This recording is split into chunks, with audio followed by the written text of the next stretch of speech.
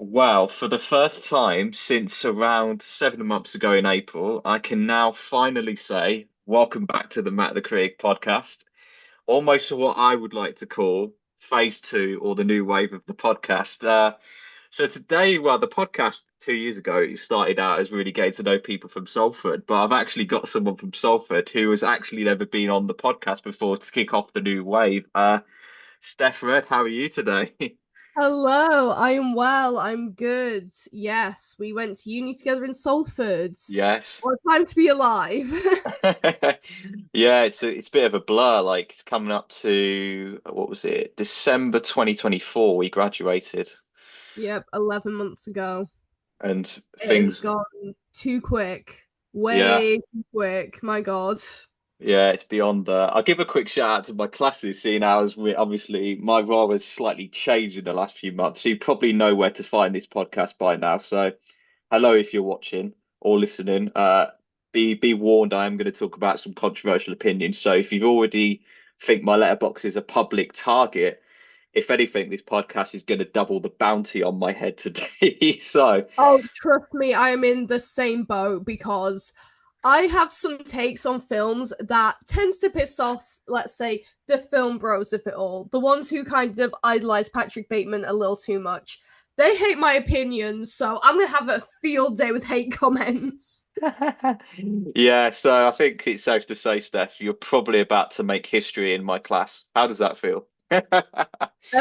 Pretty great, pretty good. You know, I mean, I did kind of intermingle with the drama lot quite a bit, so So we're I'm kind of already a yeah. familiar face, so bump it up a little bit. So we were kind of sort of chatting about ideas to do. So I decided to sort of because I did a hot takes podcast last year with my mate. It was quite like a general broad discussion of like what was our favorite like prequels, sequels that are necessarily quite niche. We've decided to go a bit more extreme and maybe a bit of an attack on Netflix, not to say. Yes, honest to God, I have noticed in not even recent years, I want to say since about 2017, Netflix just is so much slop, nothing but slop. Like, yes, they have a few hits that are pretty good, but for every like Stranger Things, you have about 15, like 13 reasons why, you Yeah, know? yeah, So lots of opinions. we'll get into that for sure. So our first question I'll Absolutely. ask, seeing how it's been ages since I've been on the air, how's life been treating you, Steph, as a whole for the last few months? Pretty great, pretty interesting.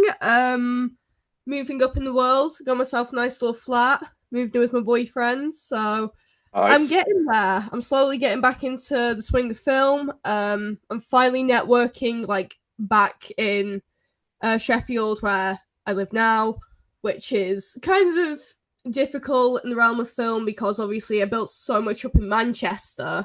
I Yeah. moved and it's like trying to build it up again. So, but I'm getting there. I'm getting contacts. I'm making content again. Things are in motion. Yeah.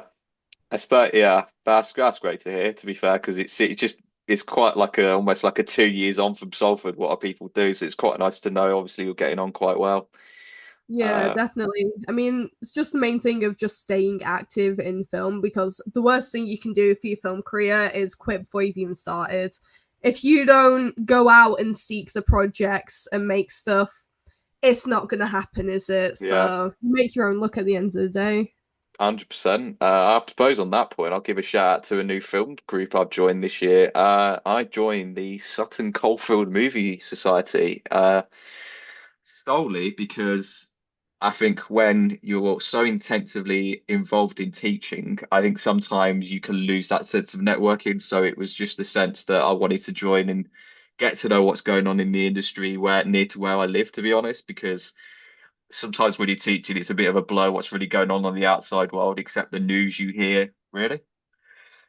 For sure, for sure. I mean, it's really difficult as well, like finding the time because there's a reason why not many working class people enter the film industry, and that's because it's so hard to find paid work as well. So, especially if you Yeah. live in an area which isn't prominent in the TV or film industry, so it's trying to find the really local niche things around you.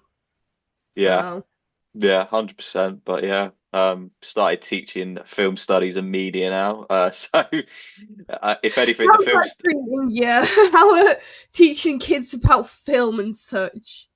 No, that's going really good. We've looked at Shaun the Dead, This Is England, and Get Out. I actually hadn't watched This Is Yeah. England before the course, to be honest. So it was quite a You've new. never seen This Is England. Not until the. I I distinctly remember when I did my film degree, my bachelor's. We had a what's called a module on distribution and marketing, and we had to pick a British indie film and how that marketed itself and distributed as an independent. I did my case study on This Is England and how it managed to premiere at London Film Festival. Mm. So I know a lot about how that film was marketed. So very good though. Definitely works. It's an absolute British indie cult classic now. So did the job. Do you want to be a guest speaker at the revision classes then?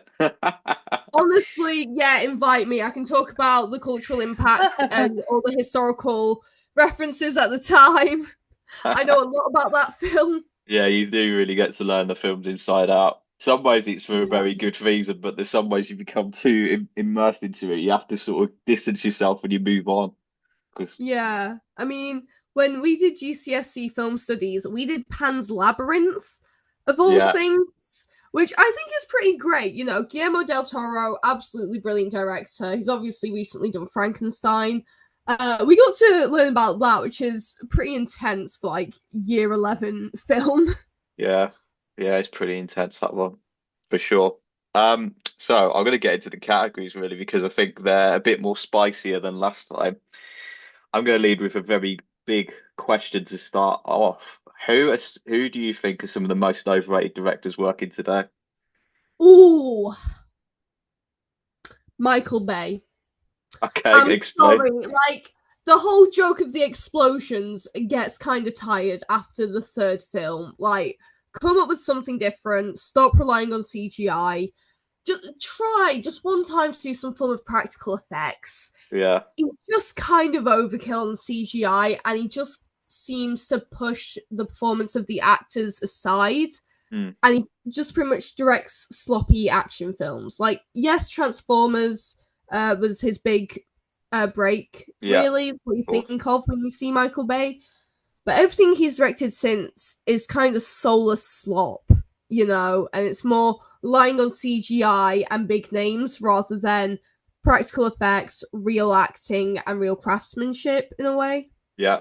Yeah, I was just having a look at some of his previous films. Like he's not I feel very much when you watch a Michael Bay film, the essence of watching an action film that feels very much out of control is it key when you watch a Michael Bay movie? I mean, it's Michael Bay. Is it really, you know, that deep ever? Because it just, I've never watched one of his films and thought, wow, that was great. I'm going to tell other people about this. It's just kind of like, it was a film. That's actually a good point. Yeah, you know that's a bad director when you think I'm never going to tell anyone about this. I've got a answer to that that's similar-ish to Michael Bay. Mm. Uh, Robert Edgers. Okay. I've got my arguments for this. So I think yeah, because I think the class know how much I didn't like Nosferatu. I feel very much with Robert Edgers. Viscerally, I think he's immaculate in his visual storytelling. I think it's quite an immersive feel to the world he brings. I think it's very authentic. I think some of the cast members he gets are very good, but I have to say, most of the time I care very little about anyone involved in the stories. I just feel very Yeah. mentally detached from like The Lighthouse, The Witch. I can admire them as pieces of cinema, but I feel very little. I thought Nosferatu for me was probably his weakest film, to the point Hmm. where I think my mate actually fell asleep during parts of it. Jesus, yeah. I mean, I kind of agree with you, definitely. I think he's definitely be better as a DOP or Yeah, cinematographer rather than a director because, yes, the films are visually stunning. I also do not give a shit about the characters. Like Lighthouse, a, I knew a film bro in first year and he was yeah, like, oh my god, you've seen The Lighthouse, it's cinema. And I was like, no, let's watch The Lighthouse, and I was just there the whole time. I couldn't stand Robert Pattinson in the entire thing. Yeah, I like Robert Pattinson. I loved him in the Batman, but oh my god, The Lighthouse! I was just annoyed the whole time. The dialogue was pissing me off. How the characters were being annoyed me. I was just like, dude, just give it up. Beautiful film, amazing cinematography, yeah, zero substance. yeah. Very little to chew on or rewatch afterwards. But yeah, I think Northman's probably his best film, but other than that, I've just not a director I'd say to go and rush out and see his work. Have you got any other directors you want to mention? Because I've written a few down here. Oh, I've got one which is going to be very controversial, which is going to piss some people off. J.J. Abrams. Okay, go on. Okay, right. Hear me out. Hear me out. He doesn't seem to have really got his own original style, if you get what I Okay. mean. For Interesting, example, yeah. he's definitely not an auteur by any means. He would be a bit better at writing because the dialogue is okay, but some of the delivery from the actors isn't great. Hmm. And it kind of makes me think, what direction were you giving them? What was the themes and tones you wanted to convey? Because, like, in The Force Awakens, I mean, there's just some line delivery where it's like, that was the best take you got. You wanted to use that one. So, and it just, I don't know how to describe it. He just doesn't know how to get the performance out of the actors and also doesn't really have a style in a Hmm. way. Yeah. Uh, Never considered JJ actually, but the original style I actually think is too true because most of what we associate JJ is this franchise reimagining of things. But yeah, for the only Yeah, J, yeah. he's Sorry, only Alex. really known for Star Trek and Star Wars because he directed, I believe, Star Trek Into Darkness. Yeah, I think so. Yeah. Quite sure, yeah, and he also famously did Force Awakens in Star Wars. And I think he also directed, was it The Rise of Skywalker? Yes, that probably does not help his case that much. Terrible. My God, I have personal beef with the Skywalker trilogy. Dare I say, the Skywalker trilogy made the prequels look good, and everyone was clowning on the prequels before the Skywalker trilogy came out. So that's saying a lot. Mm. Yeah, I think he did Mission Impossible 3, which is probably my favorite of JJ's movies for sure. I think it's probably one of the Yeah. best mission movies, but Star Wars, not I'm not as big of a fan of Star Wars as people might make me out to be, I think, full stop. So I think Force Awakens is fine. I don't care for Rise of Skywalker to like hate it on the way some people have Yeah. hated. I mean, I like The Force Awakens because Yeah, it's pretty much just a new hope in a different skin. yeah, And I'm sorry, I liked it. I don't care. It's a recycled storyline. I liked it. I actually screamed in the cinema when a certain character goes. I'm trying not to give spoilers. yeah, it's fine. It also came out 10 years ago. If you've not Yeah, it seen it, did. that's Yeah, on you. most people will know. Yeah. But either way, it was I don't know. I think it was a little nostalgia bait, but also it was the last good one because the next two I watched them both once in cinemas and never again. I didn't care. I didn't enjoy it. I was just kind of like, okay, don't like it. So I go for the one that's gonna annoy a few people. The go. Russo brothers. Oh, I think the path they've gone down, I think the Russo brothers are very good at making films because the Winter Soldier for me has always been the best of their collaborations. I think their Avengers movies have got the priority of character balance completely upside down. Like we've got Avengers Doomsday coming out, and I just have a suspicion of who the hell is going to take lead in that film. I think there's an uneven focus. I think some of the plot strands in Endgame, I think people are overlooking quite dramatically that don't make an awful lot of sense. I think the back half of Endgame is phenomenal, but I think some of the earlier stuff with the time travel is just a bit weird. I feel like everything since Endgame has felt not consequential in the MCU. And Yeah. also, I think their strategy of going down streaming route has not proven them greatly. I saw The Grey Yeah. Man, which was perfectly decent, but not what you'd expect from a Russo brothers film after they'd made Avengers, the Avengers movies. I know they had the Electric State, which I mean we'll talk about streaming drops in a second as well. Oh my god, I have a lot to say about that, but I 1000% agree with you actually. I mean, I've been saying for a while, everything since Endgame has just been shit. Like, I was actually talking to my friend earlier about this.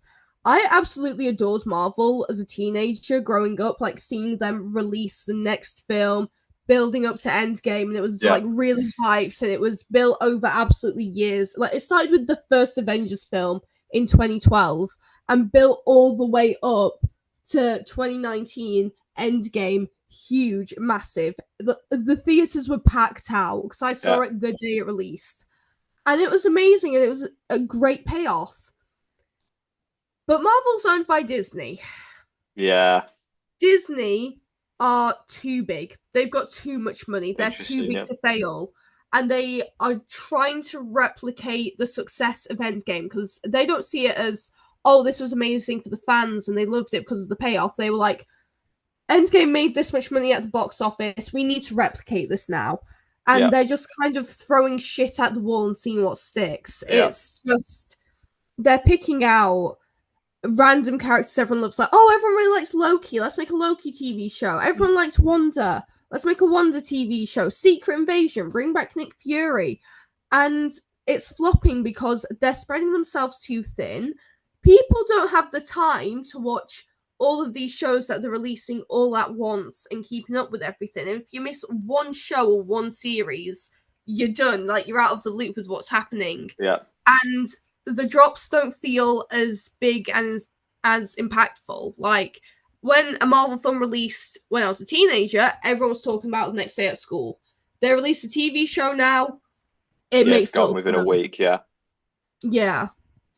it's So they're definitely oversaturating themselves in terms of content. They really need to draw it back, focus on the characters and which ones they want to be the new Avengers, pretty much. yeah. I think it's another case. I know you said obviously they're spreading themselves so thin with the TV shows. If anything, I think they're spreading themselves too far with the fact that it all has to tie in to Doomsday, which Yeah. is a fit which I'm starting to get a little bit fed up with in studio movies. It's not just the thing the Russo brothers do. You see it in like every superhero film these days. Like James Gunn's Yep. Superman is a really good example of. Did you see that, by the way? No, purely because I just didn't get the time to see it because oh my god, cinema tickets are so expensive now. They And I are, decided to see Fantastic Four instead, which again, as you said, leading up to Doomsday, they're in a different universe to everyone else.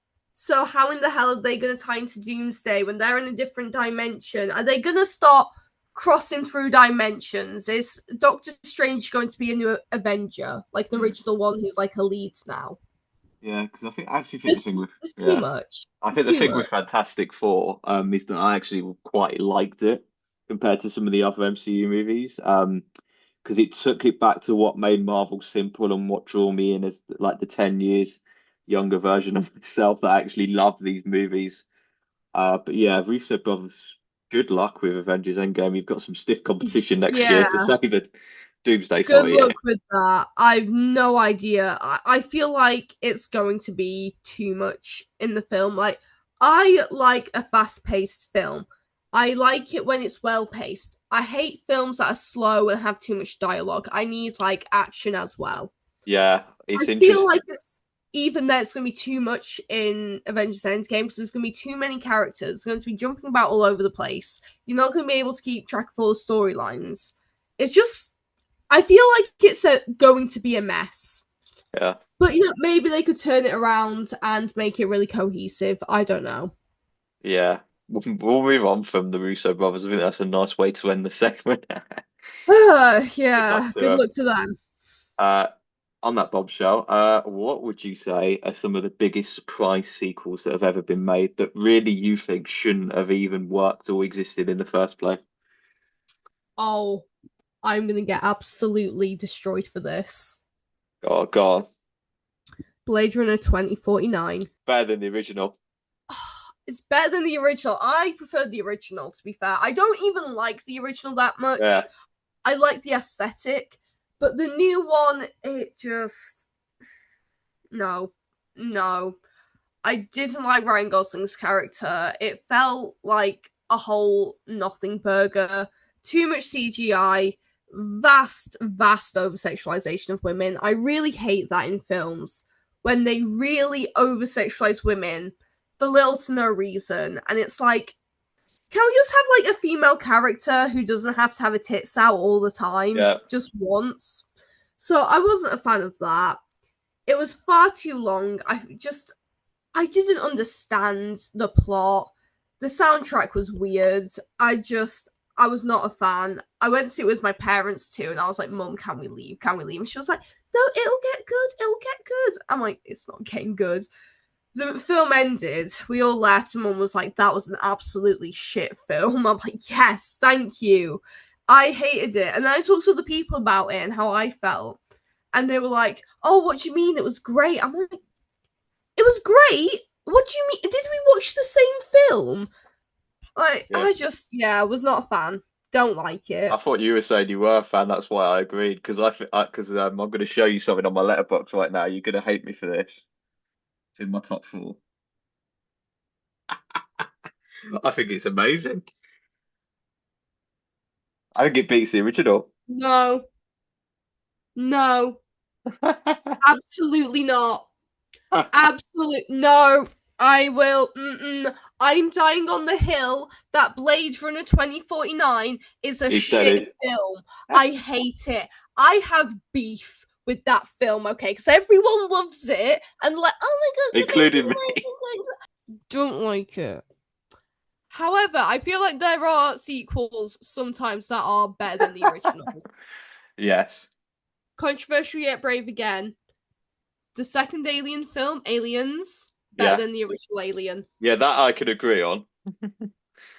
I feel like a lot of people won't though, because the whole thing with Ripley Scott, he wanted Alien to be a standalone film purely because of what it's really about. Because obviously, yeah, it's about the xenomorphs and they have to escape them XYZ. It's really about women's rights and rights over bodily autonomy, and Yeah. it's also about Roe v. Wade that was happening at the time to make abortion legal. So the xenomorphs was a whole metaphor for people should have a choice over their own bodies, and he wants it to be a standalone film as that. And then, of course, studio involvement brought around Aliens, Yeah. which I like it. I love Aliens. The mother xenomorph icon. I love her. She really is mother. She's Mm. mothering the xenomorphs on this planet. So she's slay, and then Ripley's there, and there's a whole crew, and they all die apart from Ripley and a random child she just adopts. Mm. And also the final boss scene with the mother xenomorph and Ellen. Oh my god, Yeah. fucking Yeah. cinema, Aliens is great. Yeah, I haven't seen it for a number of years, but cinema. I just yeah, it's one of James Cameron's best movies, arguably if not his best. I think I it think just it's his best, definitely. yeah, it's close with T Terminator 2 for me. Definitely. Uh, Terminator 2, I definitely prefer as well. yeah, 100%. I think Cameron's got a knack for sequels, like making them better than the original. I found Avatar 2 much better than the original as well, actually. You know what? Didn't really care for it. I didn't really think much of it. I was like, it was a film. It was fine. Was it worth to make? Was it like $1 billion it took Yeah, to make? Like one of the most expensive films ever made. And it's like you couldn't have afforded. It's like I don't know a better I, script. So I don't know. It just I wasn't wowed by it. It was alright. I just yeah. wasn't like, whoa, this is incredible. This is cinema. I'm probably one of the only few people looking forward to Avatar 3 quite a lot, I'd say. They're making a third one. Yeah, did you not see the trailer for Fire and Oh, Ash? for fuck's sake. My god, why? Why? Why? Yeah. Sometimes Anyway, we just shouldn't make films. sometimes we think, hey, let's not. Maybe this is a bit overdone. So, I don't know. Probably the best surprise sequel I've seen in a few years was Top Gun Maverick for me. That work was better than the original. I think it brought a Yeah. high, yeah, it made it a high octane sense of the flying, I mean, crews getting the actors to fly literally. Train Oh, for this was quite an extreme cause. I always have been admired for Tom Cruise because he always pushes himself. He always pushes the team. I'm surprised he still has a team, to be honest, sometimes. But yeah, for sure, for sure. Yeah, I mean, Top Gun Maverick, again, it's not my sort of thing. I'm not an action film person, but I did hear the hype about it. It was good. It's not a lot to write home about. I did prefer it compared to the originals though. The originals, they were pretty chopped, I can't lie. And they yeah, were had a lot of homoerotic subtext, which I was yeah. like, are they friends or is this a bit so yeah. Yeah. So the next kind of discussion, which I've just found out is going to be quite a heavily controversial one, I'm going to Oh flip yeah. it slightly and say, Steph, what are your takes on reboots and remakes these days? I absolutely despise them. I hate them so much. I have a personal vendetta. Sorry, I just burped. Against That's reboot. fine. Honestly, you're gonna show the class this, and they're just gonna be like, "Who is this lady? She's absolutely mental." But reboots, yeah, absolutely hate them. Personal vendetta. Just no, no, no, no, no. Don't do it. Not a fan. I'm sorry, right. We both were did film in uni. Most of the stuff, the ideas we have, if we had the budget, could be great. But they don't use ideas that people are coming up with who actually know what they're doing. They're just like, hey, let's take a script that's already been done, a story that's already been told, and just do it with better visuals. Mm. You can remaster things. We don't need another rendition of Okay, Pinocchio. We don't need okay. another. We don't need another Lion King. We don't need another Disney reboot. We don't need. Oh, there's just so many that I just hate Yeah, so much. I don't understand why. yeah. Not a fan. Not a fan. Mm-mm. Well, Mm-mm. I don't think I need to really say anything because you took the words pretty much out of my mouth. Yeah, I mean, like, one thing I absolutely hate as well is race swapping characters as well. Because Mm. if you want representation in your films, why don't you make a new original idea, base it around, I don't know, a part of the world? Like, for example, Moana, that was an original concept back in 2016, and it's about a person of color and their culture. Why don't we have people of color, a country they're from and a culture they're from represented in a film rather than remaking a film and it's the same characters but they've just got a different skin color? It's very lazy and it's very performative. Like an example of this, which I hate, is the new Harry Potter reboot. I hate Ooh, the Harry Potter yes. reboot. I despise J.K. Rowling. She is, yeah, if I ever see her, it's on site. I hate that woman. What she said about trans people is absolutely disgusting. No, not a fan. Yeah. Harry Potter reboot is an interesting one because again, I don't see the point in it at all, There given that is no I point. actually watched the films are timeless classics. You see merchandise for them everywhere, every single year. Exactly. Exactly. I mean, like, the first one came out in 2001. I was born 2002. Harry Potter was coming out as I was growing up. I was in year five when the last one released, and it was a big thing because by the time I was in year five, I was old enough to have watched them. I understood Yeah, the hype. It was a big thing when it came out. It was huge within our age group and maybe the 90s kids. It's too recent. Daniel Radcliffe has only just had a child of his own. His own kid isn't old enough to go to Hogwarts yet, and you're yeah, already rebooting it when it's been barely 20 years. It's been 15 years since it ended. something like that. So it's just too recent. It's too new. Everyone's seen the Harry Potter films. They're on every Christmas on ITV. Why are we remaking it into a series? Yeah, I think it's the argument that people are wanting to reboot things for a new generation. It's the same with like the How to Train Your Dragon remake that was just I've heard from people is a cardboard cutout copy of the original, which is just It ridiculous. is bar for bar, frame the frame, the exact same film. Why? Yeah, Why? Instead of making all of that money put into making a reboot, why don't they just give it to startup filmmakers and have yeah, them actually make something? Like, for example, No, James Wan.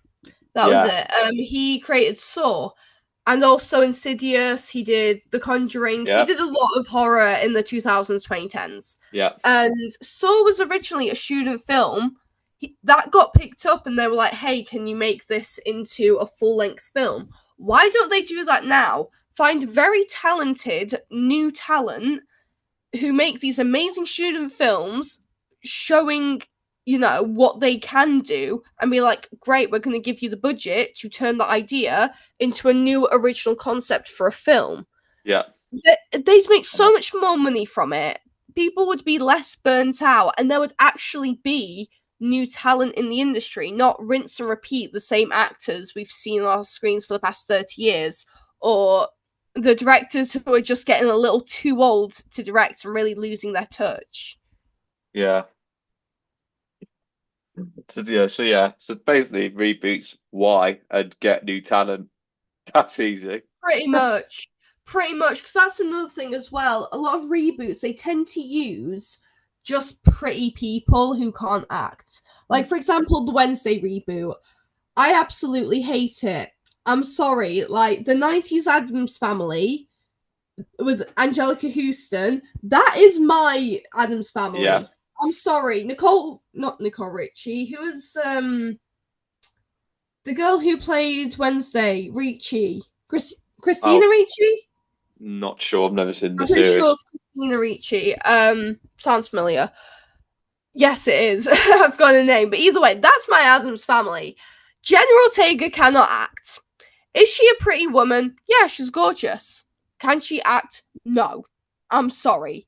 There seems to be just a pattern of having people who look pretty but can't really act. Like Sydney Sweeney, for Interesting. example. She's Oh, okay. she's I'm going to disagree pretty. on that. Can she act? No. I'm not going to go Yes. into Yes. the recent thing. No. Mm-mm. But either way, like, she can't act. I'm sorry. She can't act. She's just kind of pretty. And there just seems to be a lot of the same in film. They have these pretty women who can't really act, and that's it. And it's like, okay, can we have some substance, please? And it just annoys me. Yeah, I think my So, mate's got a similar opinion, sort of, because we saw the Running Man remake. We spoke about Glenn Powell as to how emotionless my mate finds Glenn Powell. But yeah, I do get what you're saying. Like it these reboots can only be really as good as who they've got in taking the leading roles. And if you've got bad actors and a bad reasoning for coming back, that's just not a match made in heaven. I'll put it that way, I think. yeah, I mean, there have been reboots that have been cancelled because of how absolutely stupid they were when people Mm. found out about it. They famously attempted to reboot American Psycho. Yeah, And I say attempted because, oh my god, it was. Everyone instantly clowns on it. You cannot remake American Psycho purely because of the time era it was set in and the fact that it was written by a gay man and directed by a woman. It's making fun of the male gaze. They yeah, then hired a male director yeah. who's straight and cis and Mm. has absolutely no other perspective other than a man. Yeah, That's not the I time. know, No. 100%, hundred And percent. also, just the time era as well with the whole, oh, I have some DVDs I have to return. Yeah. People don't hire out DVDs anymore. Blockbuster, she's long gone. She's died. Rest in peace. Like, she's, yeah, bye. Bye. Um, what would they say now? I have to return my Ultra 4K Blu-rays. I need Yeah. to go cancel my Netflix subscription. I have to sign up to the new Hulu Plus account. I Yeah. don't know. There's just too many pop culture references, as well as like the whole 80s thing and how he's explaining the music when he's about to preparing to off person. I'm trying not to give spoilers because Yeah. honestly, if you've not seen American Psycho, watch it. Yeah. It's It's a great. classic for a reason. I love it. Just for the time frame it's in and the pop culture references and who was going to make it, instantly got clowned on, and I think a couple of weeks later it was canned. And Yeah. it's lost media now, thank God, because Yeah. it shouldn't have seen the light of day. That shouldn't have even been an idea. Why would you want to remake American Psycho? That's Yeah. like saying I'm going to rewrite the Bible. Why would you do that? Yeah. Yeah, I could definitely vouch for that. I mean, you talking about American Psycho has actually just triggered an example that I remembered. Have you ever seen the Indonesian action film The Raid? I haven't. No, what's it about? Well, it's this sort of police raid that's very similar to Die Hard, that was set mainly Oh, in an apartment block, going after this crime syndicate, that was incredible and it was made by a Welsh director, which was made it even more better. And I wow. remember the time Okay. when they said they're going to do an American remake of it, and I was just like, "You've just lost me already," because the Yeah. fighting styles are totally different. Because when you watch, because he actually hired like Indonesian martial art professionals to really for the stunt work, and it is like jaw-droppingly good. But yeah, just stop even attempting to reboot it. Stop flogging Yeah. a dead horse, as I would say. It pretty much. I mean, you just reminded me as well about another American remake. They made Train to Busan in uh Yes, South Korea. Great film, great. It's loved it. brilliant. Yeah, amazing apocalypse film. It's a very fresh take. And then I think about a month after it came out, it announced there was going to be a bus to Chicago or Detroit, one of the two, and instantly clowned on. I'm pretty sure it got canned because I didn't hear about anything after that. I heard some murmurings, but it clearly never got made. But it's the fact that they tried to remake it as an American remake, and it's like it's just came out. That's like Parasite coming out and then being like, "Hey guys, we're gonna make Parasite US edition." Why would you do that? I know. Like, how about we let another country other than America have something popular for once? Yeah, it's not Americans taking the ownership, like trying to put the spotlight back onto them. It's letting their filmmakers say they made a good film. Let's let it sit for history. Speaking of Parasite, I will just mention this briefly as a little tangent. I only watched Parasite for the first time this year. Stop it. Yeah, did. Yeah, February. I watched it over lockdown. Yeah, I only watched it for the first time this year, and Oh my god. I'd probably say top 10 of all time. It was that good. I'd say it's. Yeah? I've. I don't know if we teach it in film studies, but if they picked another foreign film, bloody hell, it's got to be a good one because there is Definitely. so Definitely. much in Parasite. Almost every clip is like a second. Yeah, it's brilliant. But should we talk about streaming for a bit? Because that's sort of we've got some hot takes on Yes. streaming. What Streaming. Oh my god, I have so many opinions. My god. should we start with the most overhyped streaming drops? This is what I would Oh define yeah, here as I'm ready. something that came out for a week, then just went bye bye. Go on. Yes, a lot like that. Do you remember Stranger Things? A little Yeah, show? little indie show. Yeah. Um yeah, so literally everyone was so hyped over season 4. Everyone spoke about it. Then it just disappeared. I remember at the time I was working at an alternative store and we sold the Hellfire Club Oh, t-shirts okay, that the kids nice. wear. Yeah, yeah, yeah. Yeah. The owner ordered so many and they were selling really well at first and they were selling, selling, selling, selling. And then after a few months, no one bought any. And by the time I left there, about I think a year later, there was still about 50 in storage. None of them sold after that because everyone really jumped on the hype and then never spoke about it after. And it's only, it seems to be, when a season comes out, people talk about it. Outside of that, it's kind of silent. It's like really big news for a week and then nothing. You know what? I actually was starting to think the same about the last series of Squid Game that was very much spoken Yes. about for a couple of weeks, and it's now no one's talking about it now. Yes, definitely. Squid Game, I thought season one was great. Yeah, I really liked it. Do I think it was overhyped? Absolutely. yeah, Everyone being like, "Oh my 100%. god, guys, it's so dystopian," and I'm like, "It's literally a take on capitalism. What do you mean? It's meant to be dystopian because it's what's happening now."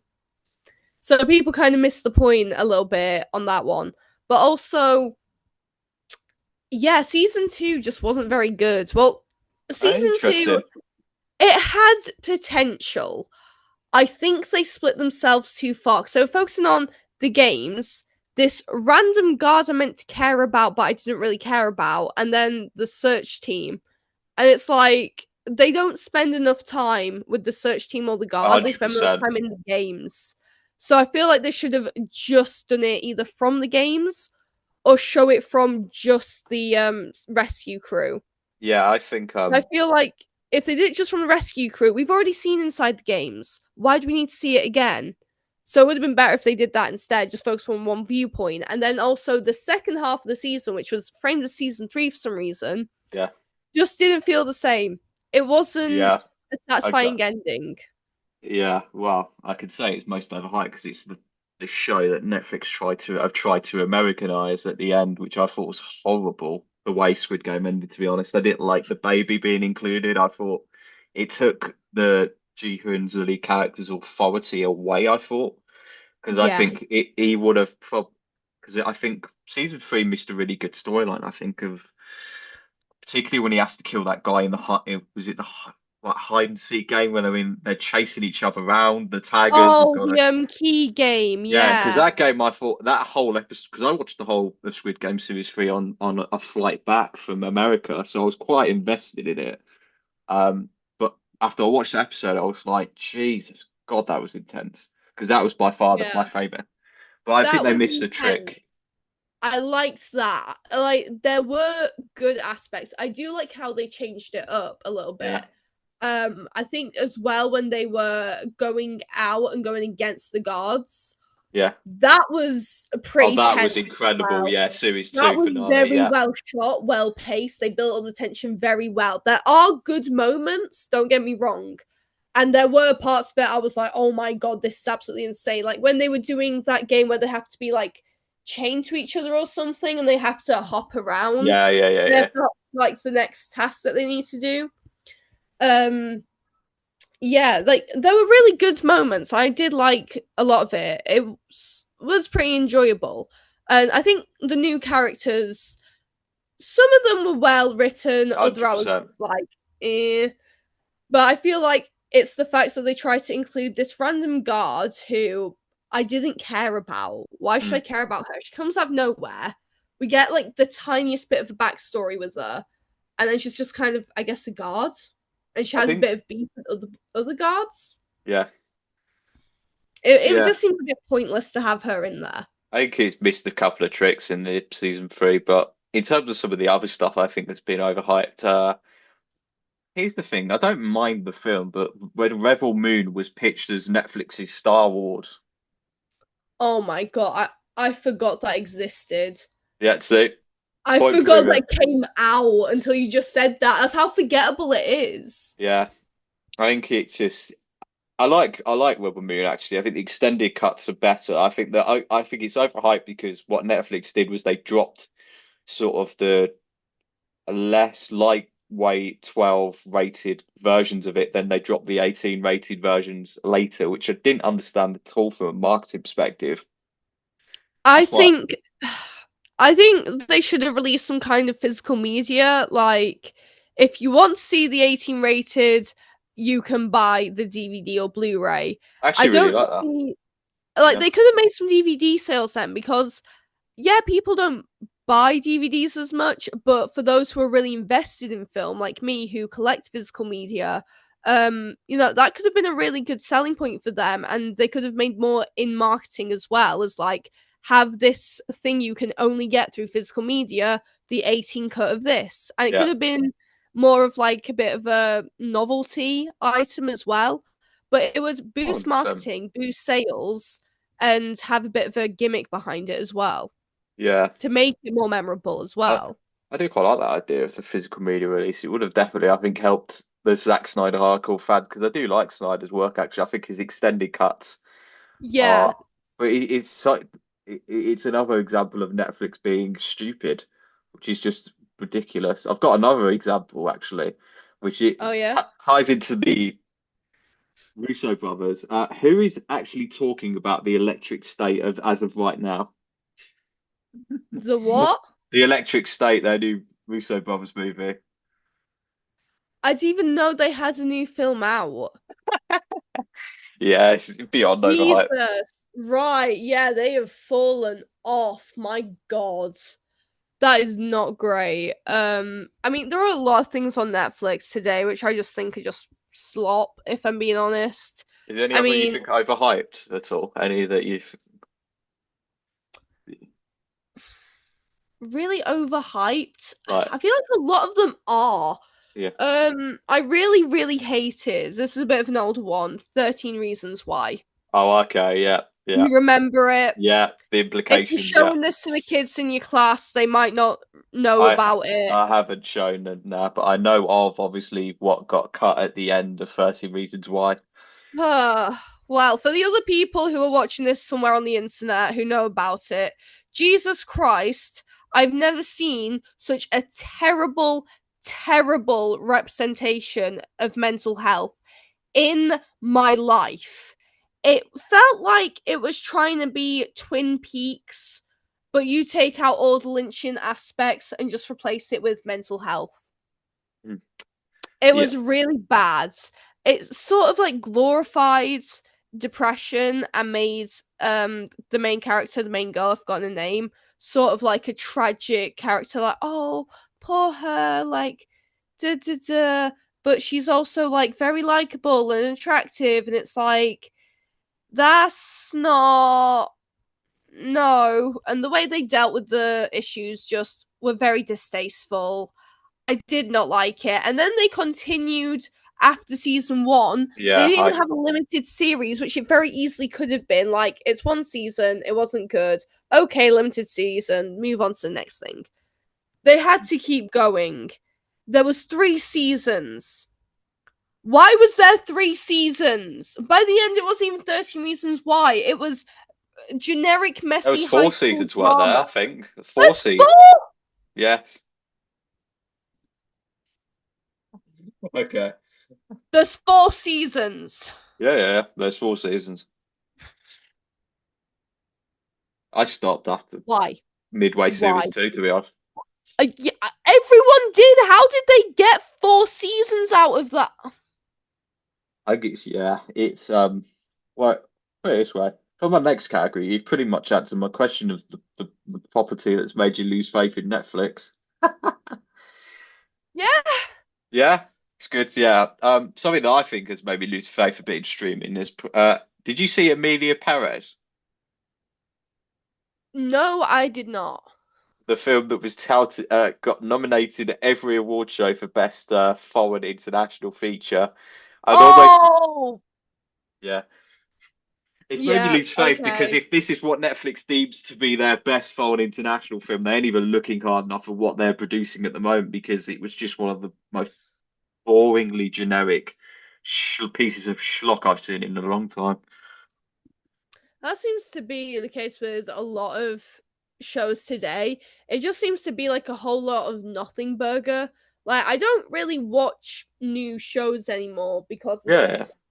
Because it seems to be they kind of drag stuff on a little too long and it makes it very boring. Like an example of this, I absolutely love this show, don't get me wrong, but Supernatural was way too long of a show. yeah, I know that's not streaming, but it's an example. Went on far too long. yeah. Netflix has the same issue. Riverdale. after season 2, in fact, after season 1, what the fuck was that show even about? What was I watching? What was happening? Why were the characters suddenly developing superpowers and flying around? This started as a murder mystery in a small town, like Twin Peaks vibes, and it turned into freaking Invincible. I don't know what happened, but it absolutely lost the plot at some point. It was insane. Like I stopped watching it after season 3, but I would watch like recaps about it. I'm just like, what is happening? Are these even the same characters even more? What? Why is this? It's yeah, way too much. Went on for way too long. Just cut it off. Just Have we got any more bashes sometimes against streaming? I have a lot of opinions, Matt. Like, let me think of another one real quick, which I think is a perfect example. I think Stranger Things. I don't see the need for season 2 and 3. I keep going back to this, but I have a lot Oh, of mixed right. feelings. I do not remember a single thing that happened in 1, 2, and 3 apart from Max being introduced and 11 having a sister who's number 8, who we see for a few episodes and never again. Yeah. I've never seen Stranger Things, to be honest. You've never seen it. I've only just started watching Breaking Bad for the first time.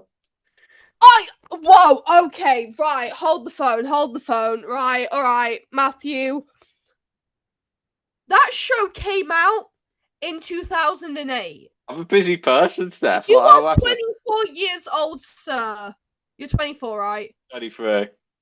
You're 23 years old, my god. I rewatch Breaking Bad every year, without fail. I find the time. You remember how intense Masters was? I rewatched Breaking Bad 3 times that year. I've watched other shows. I watched Ted Lasso. I How? watched No, so but Matt, how did you sleep on Breaking Bad? I Everyone references it. Everyone hypes it up. You always see clips on it on the internet everywhere. There are so many memes about it. How have you not got around to watching Breaking Bad until now? just haven't. I have a lot on my watch What? list. Sort it out. Sort it out. Sort it I've out. started Right. it. I'm on series 3. Okay, so you're getting close to the end. Yes. Eventually. What's happened recently? What's the most recent event that's happened? So I don't Uh, spoil it. at the end of series 2, Jesse's girlfriend Jane died. With the choking on Oh, the drugs and Walter just watching. Very much we've met Gus now, we've met Saul Goodman. The stage is really set for next year. Well, next series, sorry, not next year. It'll probably be next year by the time I watch it right. at this rate. But Have yeah, you been introduced to Salamanca yet? The guy with the ding ding bell. I don't think I have, no. Wait till he's introduced. Gus is an absolutely amazing character, and I Yeah, I've absolutely heard. adore Saul Goodman. I would highly recommend watch El Camino immediately after you've watched Breaking Yeah, Bad. Watch Better Call Saul. It's very good. The first 2 seasons are a little slow, but after that, my god, it gets amazing. It's nearly on par with Breaking Bad. Breaking Bad universe is incredible. Nothing short of incredible. I love Breaking Bad. It's my all-time favorite show.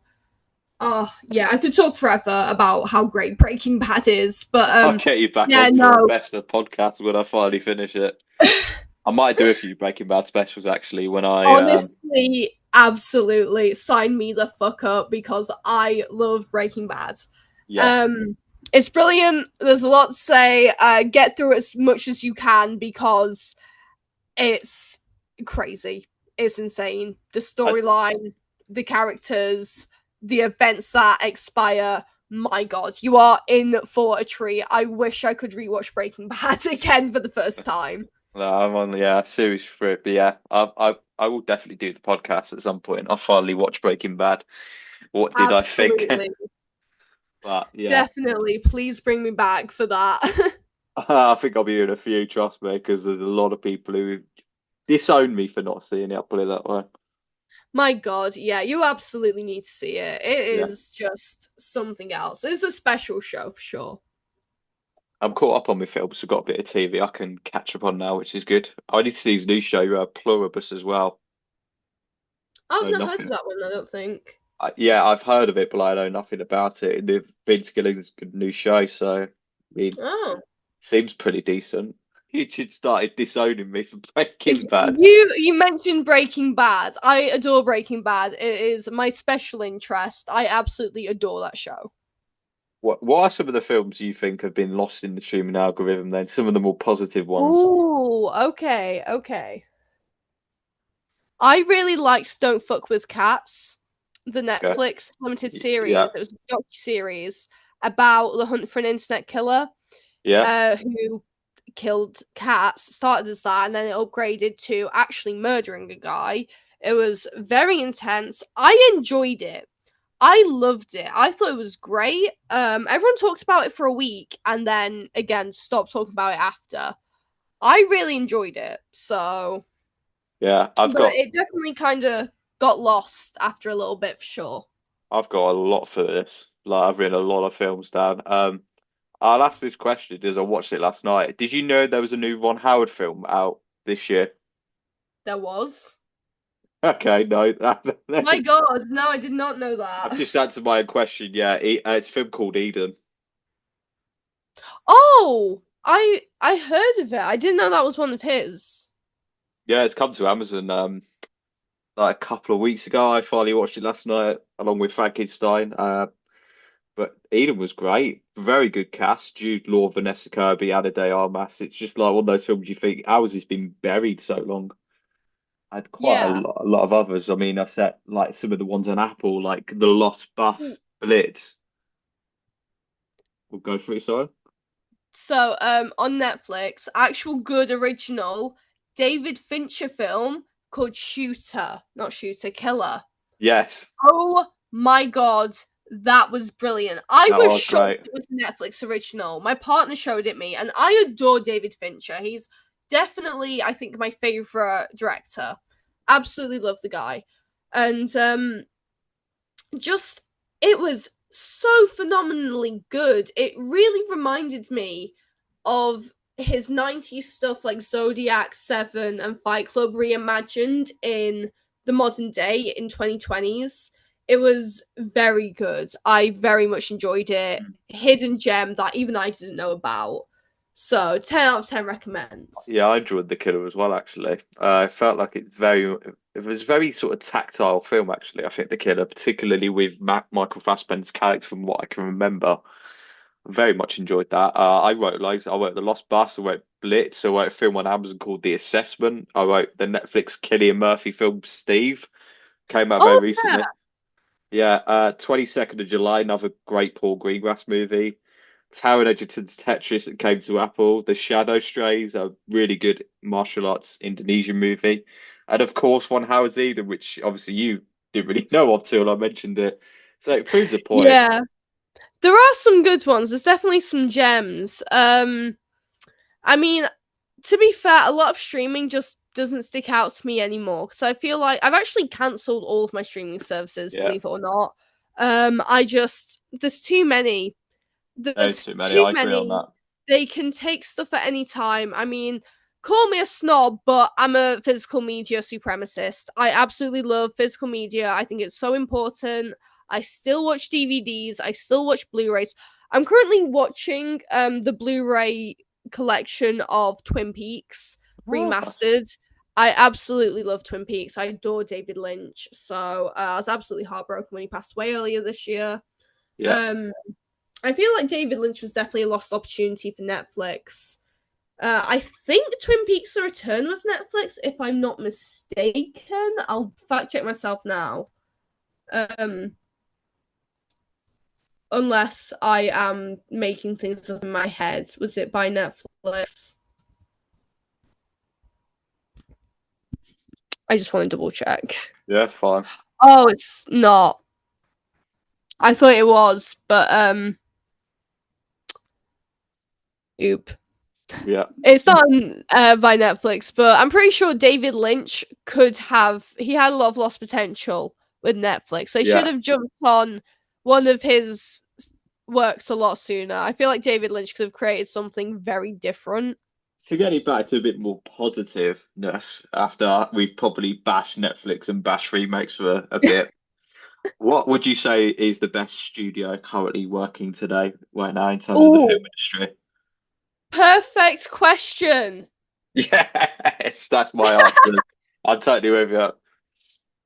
Perfect. Yeah, literally Yes. the hood you're wearing. A24. My God, they've made some great stuff. Absolutely love them.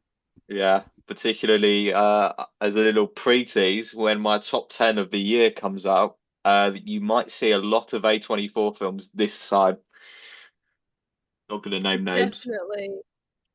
but Yeah, yeah, they've done a lot of good stuff. They made didn't they make Hereditary? yes, that's the kind of the first introduction I had to them, really. Yeah, that was I think my first one too, but oh my God, Hereditary. I was talking about this earlier.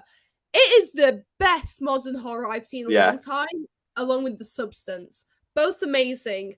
Pretty sure The Substance was A24, no, wasn't I think it it? was Mubi. Oh, I think no, that was yeah. Mubi have started to make some big moves recently because Mubi. I Yeah, did get Mubi back in 2020, but I wasn't very impressed by the collection. I saw The Shining on there and I was like, great, but then the rest I was like, yeah, eh. So, but they've made some big moves. But no, A24, yeah, they've gone like mainstream recently too, because they used to be very indie darling of it all, very thespitarian, very indie, very for the artist, more artsy film, not really going with the mainstream. But now people are getting kind of worn out of all these remakes from reboots and soulless films that A24 really started gaining traction because they tend to do a lot of original films. Like, I don't think they've done a sequel or remake or nothing because There's only they don't been one really have franchise, time. which has been the X, Pearl and Maxine set of films, but even them, they're so totally different from each other. It's like, Very, yeah. There was also who did the Before trilogy? That wasn't A24, was no, it? I don't think it was. No, I think it was Richard No. Linklater. Yes, yeah, there's that one. The small studios are getting there with their franchises, but A24, I don't see them as a franchise studio, but No, I really like them for that. They're yeah, very, even now they're getting really big blockbusters out there and really, they're becoming a big name now. Um, they kind of still have that indie charm about it. It's not like, look at this, we spent so much money on the visuals. It's very much we put our money into the scripts and the casting more than just how it looks. Because yes, a film's visuals are insanely important. You really do need to pay attention to them. They're also not everything. There's also yeah, different aspects you need to focus on. And A24 really have a good grasp of film and they definitely know who their audience is too because they've noticed now what audience watch and what audiences want. They're paying attention to it and really putting that into their work, and I don't see that from a lot of other studios, yeah, so they're very in touch with what they make. yeah. I totally agree. I think there's kind of two reasons why I think A24 are the best studio right now. I think firstly, I think in the age where we've got so many big movies coming out, A24, every time I see a new A24 film advertised, I think to myself, it's like an event to go and see it at cinemas because it's like you're going to watch a Definitely. very good, well-made piece of cinema, even if it's not five-star worthy all the time, which doesn't need to be really. You always see something that feels authentic and written from someone who has genuinely Yeah. wanted to put their passion project forward. The problem is, I really want to shout out some of the films this year, but I'm going to spoil what's in the top 10 list of the year.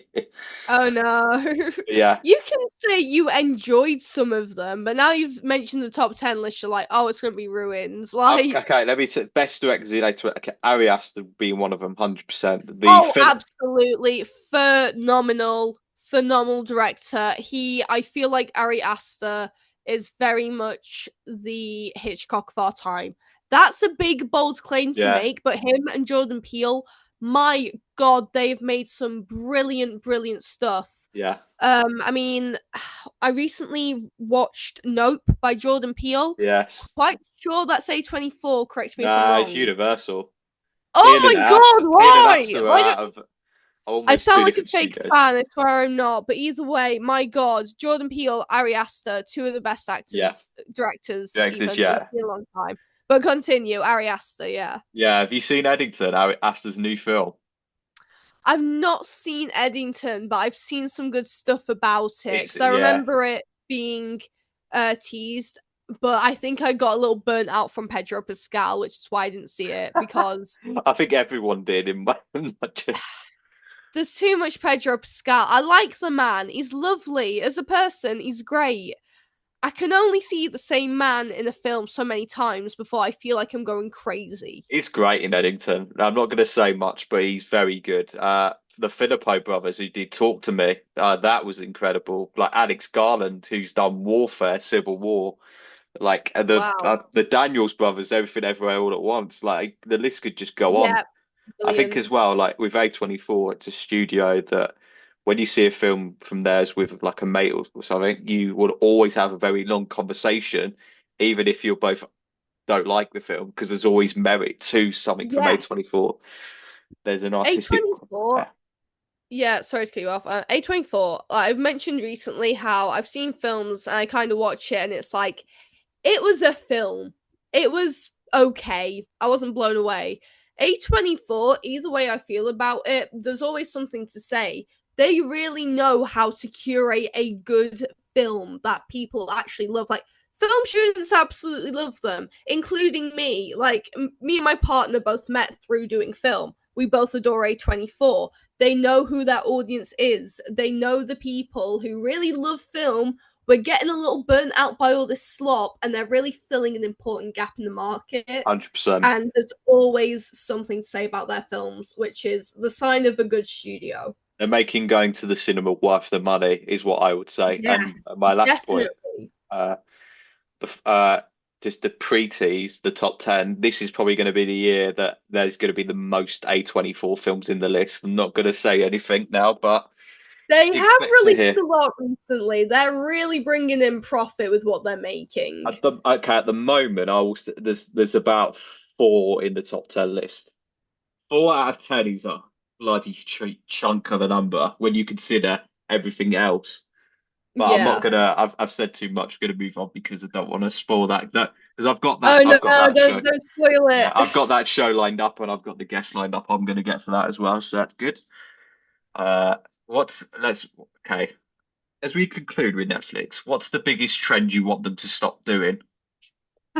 Just in I terms of that. really, really want them to stop with the shitty teen shows because oh my god, there's so many just teen shows and it focuses on the same issues and the same things and the same dynamics and the same friendship groups and they over sexualize the kids and they're meant to be 16 but they're clearly played by a 25-year-old. Just stop it. Make something new, make something original. I don't want to hear about kids doing drugs and going to parties and they're being raised by a single mom and Yeah, also they're living in a small town and oh, there's a murder mystery and just like outlandish shit like that. Stop it. yeah, It's not cute anymore. No. Like, a lot of people now, when they think about that, they think of Euphoria, which was HBO, but Netflix have been notorious for that for a while. And I feel like Stranger Things nearly fell into that trap, but narrowly avoided it.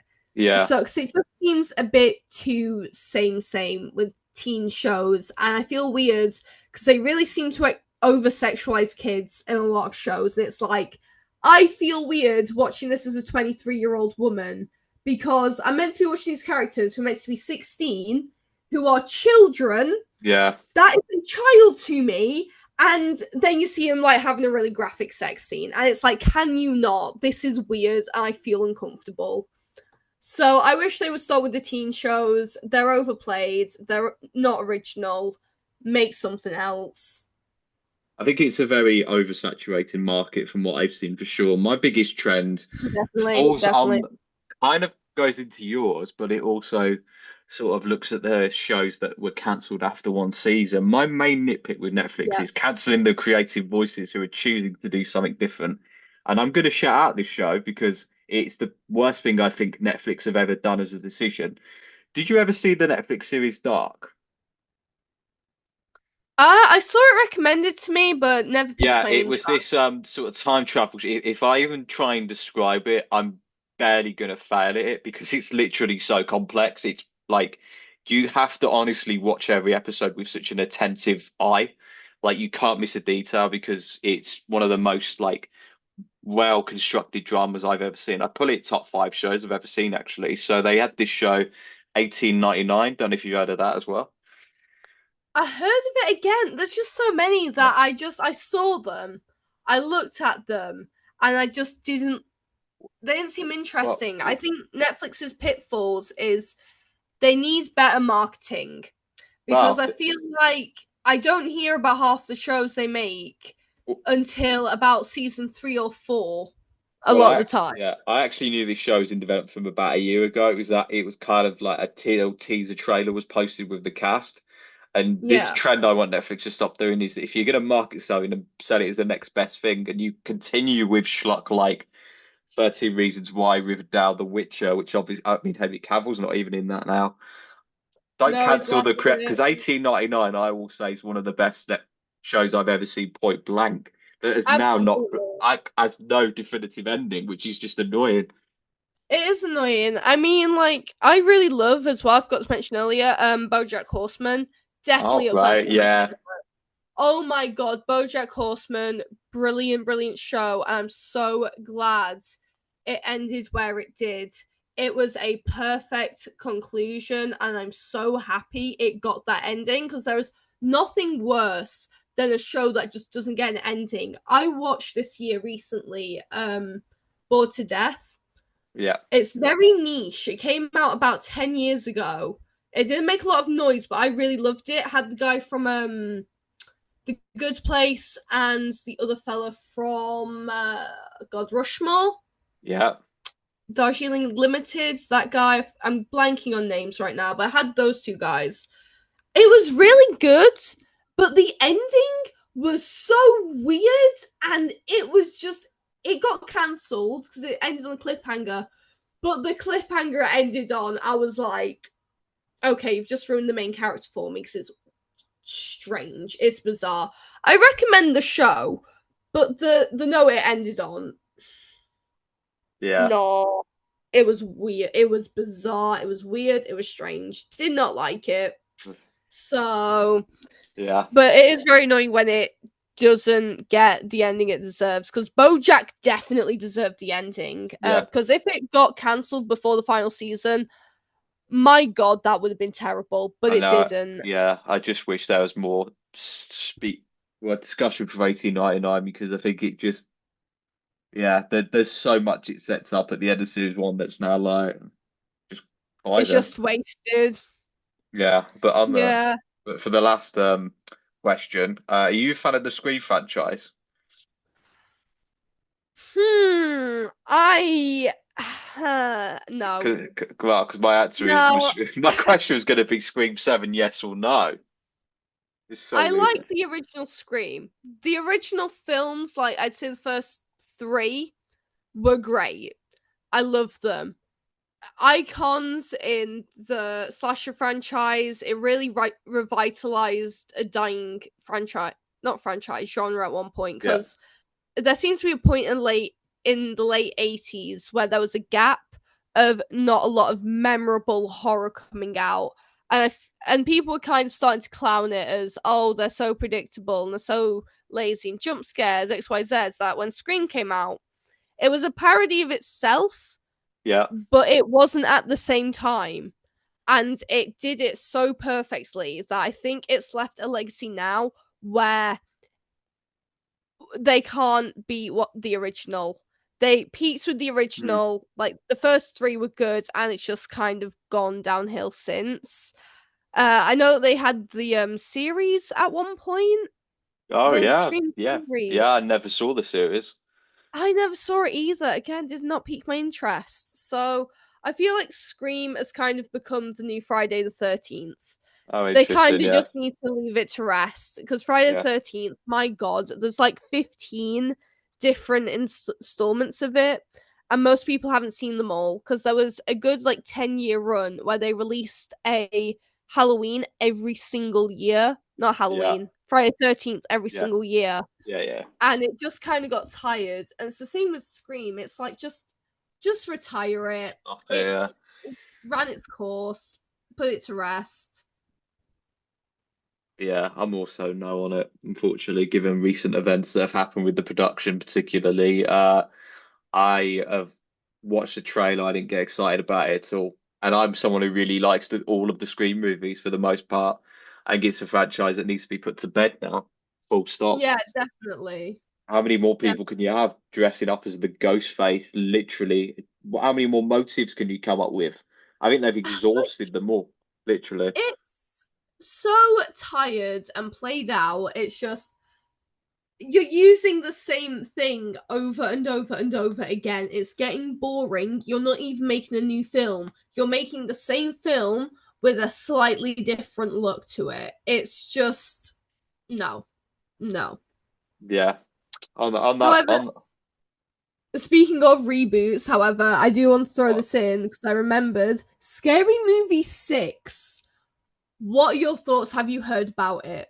I've not heard about it. I've not actually seen the original scary movies, to be honest.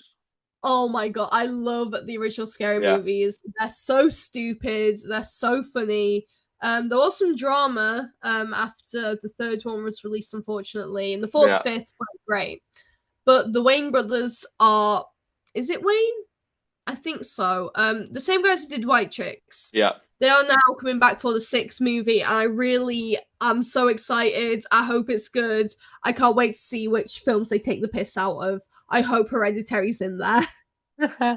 Yeah. I mean, I have to give it a watch for sure. I've never got round to seeing them. I mean, there's It's very 90s, 2000s slapstick satire.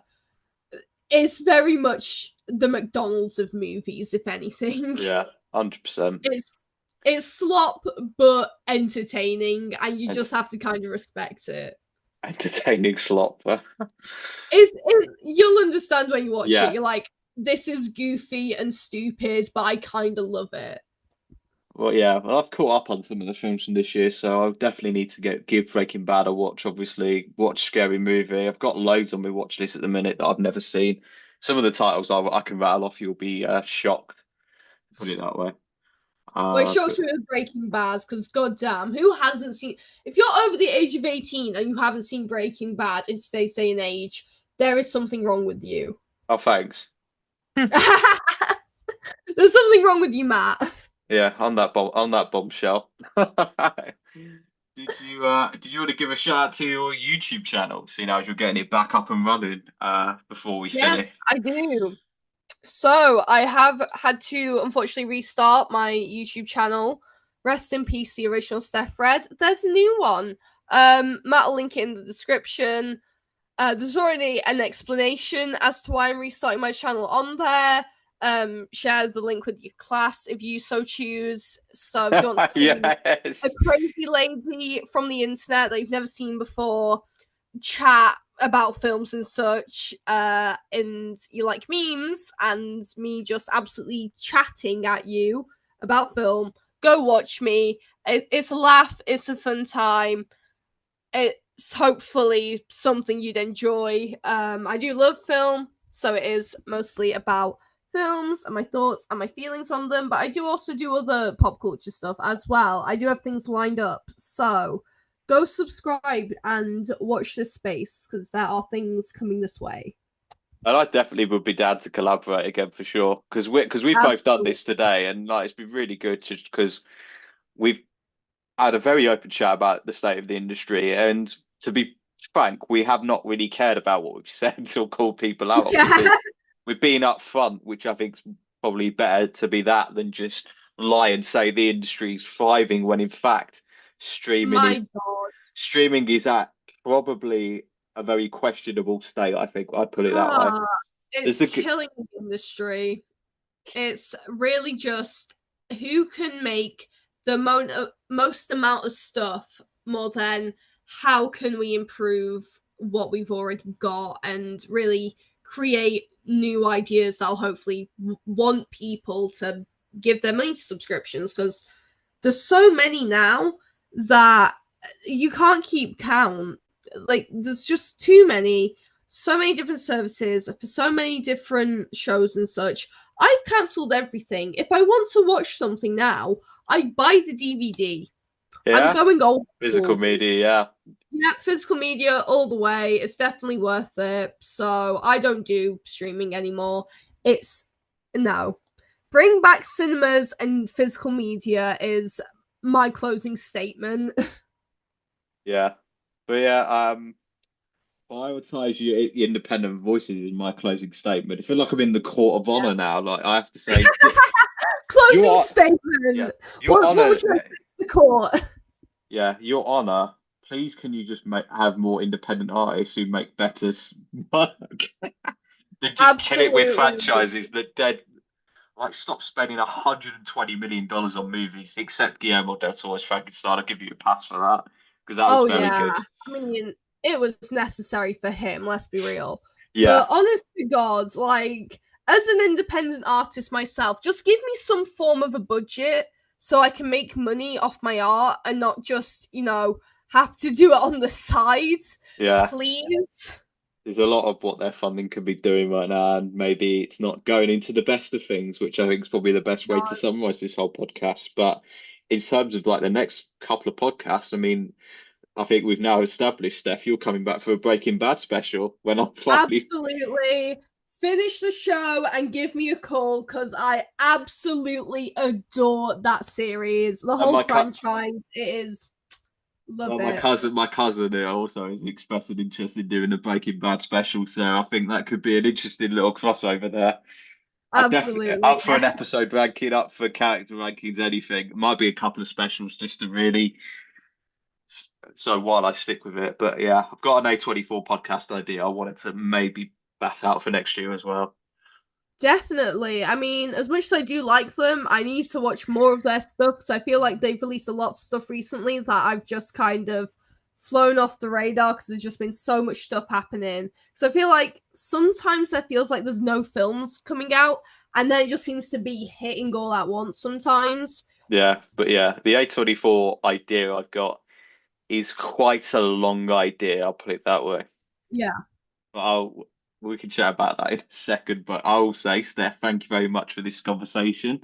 Been nice to revitalize the podcast again and just have an open discussion where no one cares what they say. If we're going to be judged, judge me. I don't care. So if my honestly, shit, same. I yeah, said what I said. If you don't like it, leave a hate comment. I don't really give a shit. So, I don't give a shit. Yeah, on that bombshell, I will. I don't know what the next episode's going to be. It might be the best of you special, but I will see everyone in the next episode where I'll be celebrating the films of this year, not trashing the industry, maybe.